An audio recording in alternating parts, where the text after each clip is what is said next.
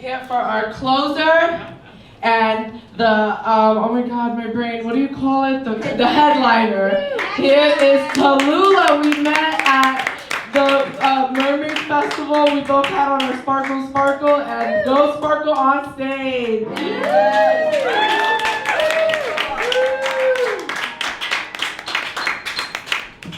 Disclaimer, I might have to refer to note cards because I'm disabled.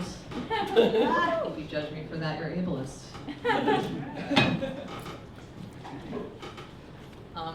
I got kicked out of a cult recently. I just wanted to know what the Wi-Fi password was. So I had to leave the cult to find out if I was in a cult. But by the time I came back, everyone had already ascended without me. I did find out the Wi-Fi password though. It turns out it was Kool-Aid with zeros instead of O's. I don't know, people are always saying how ungrateful kids are these days, and as a recently former kid, I can tell you that's not true. Kids in America are so grateful. They do not take their guns for granted. Because they know there's kids in Africa without guns. So come to think of it, there also are a lot with guns too. Like politically I'm torn because I'm for gun control, but I also don't want to limit the gun's right to choose. Speaking of death, great way to start a comedy show. It is appalling how many people leave their shoes in Holocaust museums. Like, have some fucking respect. Like, no one needs to smell your disgusting foot odor, like as if these people haven't suffered enough atrocity already. Jesus. I did get a souvenir though. It said, I went to the National Holocaust Museum at Washington, D.C., and all I got was this lousy t-shirt. Yeah. Wasn't sure I was going to tell those, but my rule is, if you would have been killed in the Holocaust, you get to make jokes about it. Yeah. Did you know disabled people were the first group the Nazis exterminated? Yeah. No one talks about that. We're not taught our history. But sometimes I think to myself, even if I was alive at the time of the original Nazis, yes, I said original. I don't know if you've been following the news for the past several decades.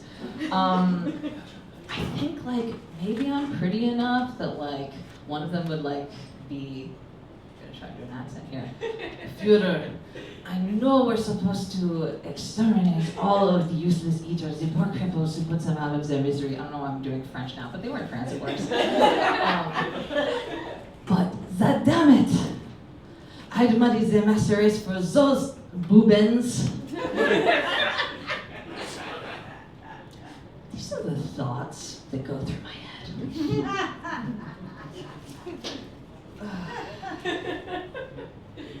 But like, I don't know, I think the reason we have Nazis still is because stories of oppressed peoples are not told, or they're not told well, or not told to the right people. So you can't empathize with experiences you haven't experienced, because then you can't conceive of it. Like, I don't know, we're just not taught its history, anything about it. Like, did you know Stephen Hawking had multiple mistresses? Multiple. His dick must have been out of this world.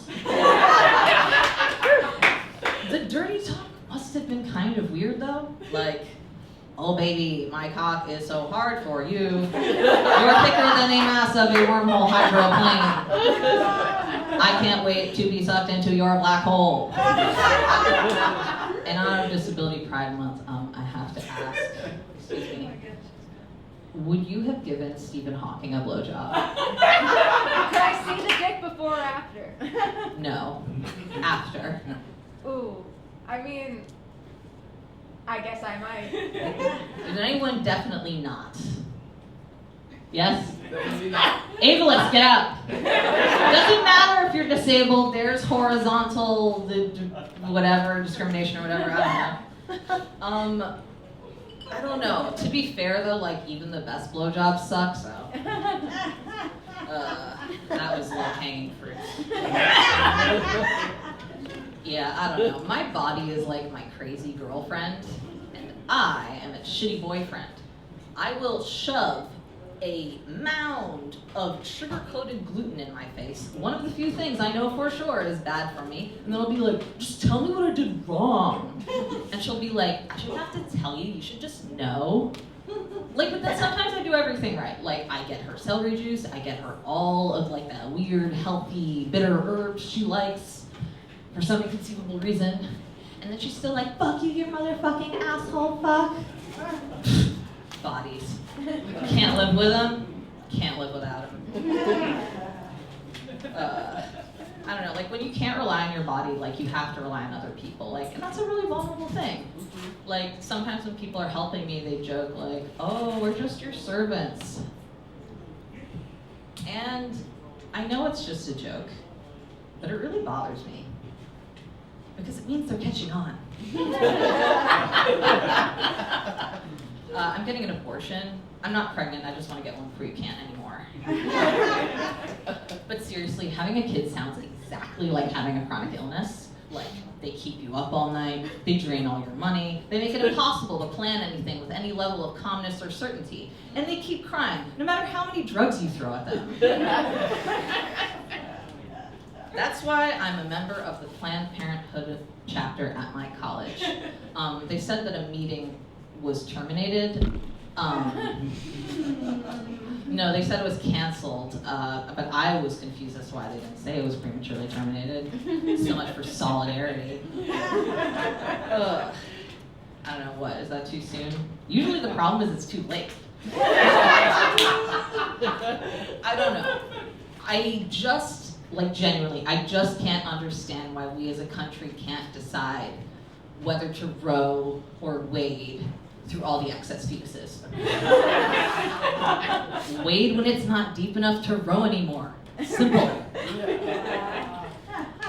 No, but here's a cool fact. This is actually true. A gynecologist told me that when people with autoimmune diseases, such as mine, get pregnant, they get better. But only while they're pregnant.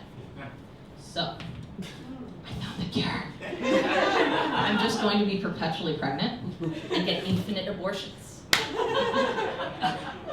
I'll have a subscription to Planned Parenthood like Netflix. And I know what you're thinking. Tallulah, isn't it disgustingly selfish to kill a potential human over and over for your own benefit?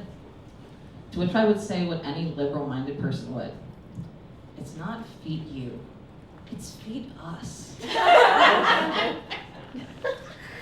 Also, real quick, and I don't want to turn this into a promotion and take away from the comedy for too long, but I'm starting an organization. We're looking for volunteers. You can talk to me about it after the show.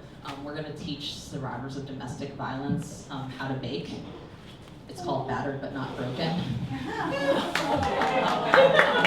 We're thinking we need to like expand and be preventative though, because like if they'd known how to bake, would their partner rather beat them in the first place? Like, is it too much to ask them to bring on to have pot roast? Come on. Yeah, I'm also starting a business. I figured, what are the, no, I'm going to zoom both of these. Another way of saving the world, I'm starting a business to tackle inaccessible architecture. It's like Uber, but for stairs. You click a button, and a really buff person comes to carry you. Yes. And I am so excited to go on Shark Tank. So, what do you say, sharks? Okay, I'm good. Join Elevate, and together we will take it to the top. It's probably too dangerous though, like what if the buff people got injured? They'd be disabled too, but like that'd be good for the business model. So I don't know if it will make me rich though. The stock markets these days is so up and down. I have a backup plan though. It's completely solid. I asked myself, what are the two most reliable aspects of the human condition? What are the two most reliable aspects? Can anyone tell me? Sex and death. So I came to the only logical conclusion any person would. I'm starting a strip club / funeral home. And similarly to Elevate, it's a perfect business model in that it creates new customers in the process. Finally, you can lose your virginity and your life in the same location. It'll be called Easy Come, Easy Go.